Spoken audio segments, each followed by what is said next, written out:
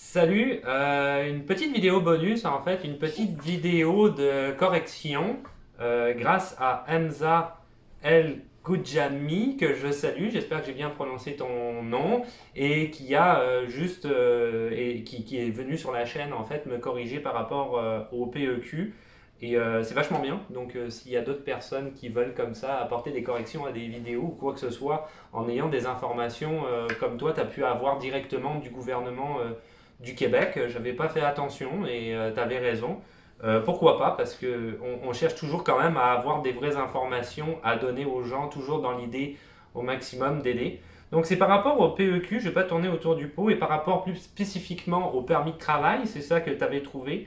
Donc je vais relire ce qui était écrit en fait sur le site du gouvernement. Si vous détenez un permis de travail valide avant l'entrée en vigueur des modifications réglementaires, la mesure transitoire s'applique à vous et vous pouvez présenter une demande en vertu des anciennes conditions du PEQ. Donc ça veut dire que du coup, tu vas pouvoir avoir une expérience de 1 an au cours des 24 derniers mois, hein, comme le PEQ le préconise à l'heure actuelle avant réforme, même si la réforme est passée à ce moment-là. Évidemment, il faut que tu occupes aussi un emploi quand tu vas faire ta présentation, mais ça, je pense que c'est présentation de ta demande, je pense que c'est juste un peu logique.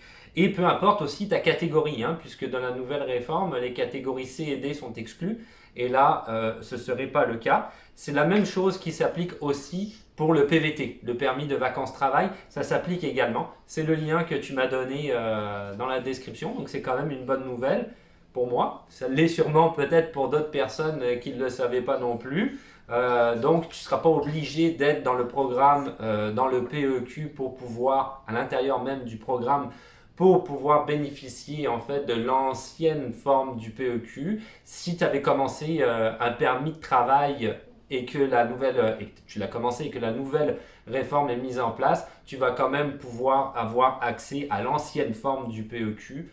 Donc très bonne nouvelle pour ça. Ceci étant dit, on s'inquiète pas trop quand même pour le moment. Oui, je sais que c'est très, il y a beaucoup d'inquiétudes à ce niveau-là. Il y a beaucoup de gens qui en parlent, notamment sur la chaîne et sur Instagram, sont très inquiets par rapport à cette réforme qui est clairement pas une bonne réforme, hein, on s'entend.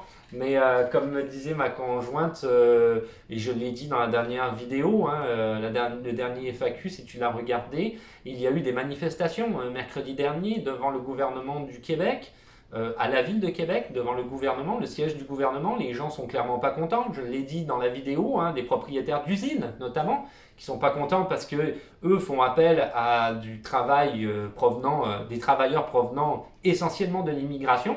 Donc quand même, les gens, en majorité, sont pas contents avec cette réforme. On espère que ça va faire la même chose que ça a pu faire la dernière fois qu'il a essayé de faire une réforme, le ministre de l'immigration Simon Jolin Barrette. On espère.